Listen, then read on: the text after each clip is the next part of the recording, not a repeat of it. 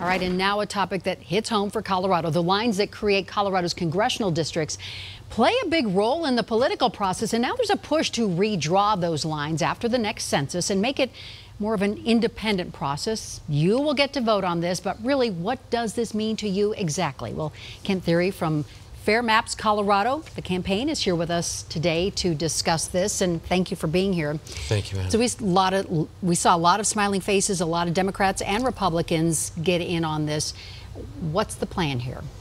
Well, we have a pretty exciting provision which would make Colorado once again different than virtually any state in the country, one where the districts will be drawn in a much more reflective way of the actual different populations in the state. And in particular, independents for the first time will have a voice. So there are two issues that the legislature pulled together, and again, both sides getting in on this. How does that benefit Coloradans? It benefits in a number of ways. In competitive districts, you have the people that are elected have to be held more accountable and be more focused on servicing their electorate. And in addition, when they're actually competitive across parties, you get a much more robust mix of ideas and debate, and you make sure that everybody is proportionately represented. I know we've all heard that word gerrymandering over the years, generations. How does that fix this? Well, in a way, asking elected officials to draw their own lines, to choose their own voters, is a bit like two schools that are playing a football game and letting the referees all come from one school. You simply really can't put people in that position. And so with our new independent commission, there can be no partisan domination of the process. The districts will represent Colorado, not a party. So this independent group, how will they be chosen? Who gets to decide this? Well, this process was subject to a lot of discussion. And in our process, we were uniquely nonpartisan. We had lots of people from the left, lots of people from the right, lots of people from the middle, all parts of Colorado. So this was a truly facilitated, nonpartisan, community-based process. And the picking of the people who will be on the commission is driven by a combination of some retired judges, the nonpartisan legislative council, and some lottery moments, and so that nobody can game the system.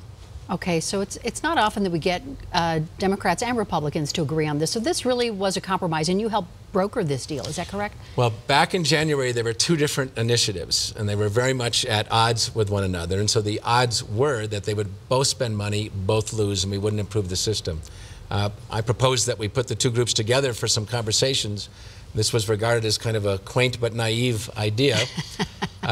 12 weeks and hundreds of hours of negotiating later, we did what everybody said could not be done. We had the left, the right, and the middle agreeing on a new initiative, and then we went to the legislature, which people also said was naive, and what do you know? A month later, unanimous votes, all the D's and all the R's in both chambers voted for it. We're probably the first state in America where a legislature passed nonpartisan gerrymandering reform. But it's now up to the voters then. Now we go to the ballot. Now we go to the ballot, and more people can vote now that open primaries allow for independents to vote. But we're going to spend a lot of time in the next 5 months getting out there and educating the voters, take our case to the voters. How will you do that? I mean, this is a pretty dry topic when you think about it on the surface level. How will you get to every household and let them know that this is an issue that really does? I mean, we do know that this all affects us personally. Well, first thing is to come and talk to people like you on shows that our voters are watching. We have to get out and educate people. Coloradans and really Americans are wonderfully hesitant about mucking around with their democracy. And so there's a natural conservatism. So we've got to get out there, run a campaign, educate on TV, with social messaging, because what we have found is once we educate, we have a tremendous conversion rate of people who say, hey, that's a good idea. The engine of democracy needs some oil. I'm going to vote for it.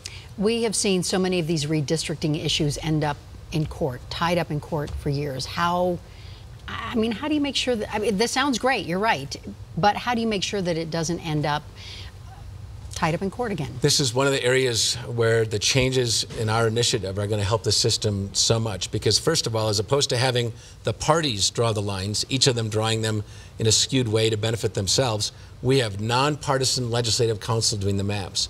We also have criteria which explicitly prohibit partisan gerrymandering. Nobody else has this. And then lastly, we actually are introducing for the first time the principle of competitiveness as a desired attribute. And so the courts are much less likely to get involved because people have an incentive to come up with something that's balanced. If we still get to that spot, the directions the courts are given are far more restrictive and focused and true to the principles than anything that existed before. So do you anticipate any opposition? Well, there's always some opposition, but given the breadth and depth of the coalition that got this through the legislature, we think it's not going to be too massive. So our real challenge is educating the voters. When we do that, we win. So you have said this is pretty unique. What makes, is this not being done anyplace else? Gerrymandering is being discussed now in a lot of places. And there are some efforts that are called gerrymandering reform, but they're really just the party in power seeking to exert their disproportionate influence in the lines.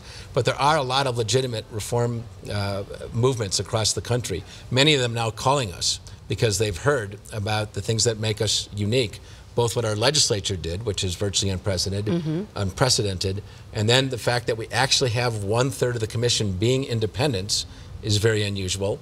That may actually be unique. It's at least unusual and maybe unique. And then finally, our explicit prohibition of gerrymandering and our explicit emphasis on competitiveness, that's what makes our initiative unique and is why we're getting a lot of phone calls from around the country about how did you come up with this. So 2 issues on the ballot in November that voters will have to have a say on. And we'll be working hard between now and then to win their votes. All right, Kent Thiry, thank you so much for being here. Thank you, Anna. Certainly appreciate it. We'll be right back.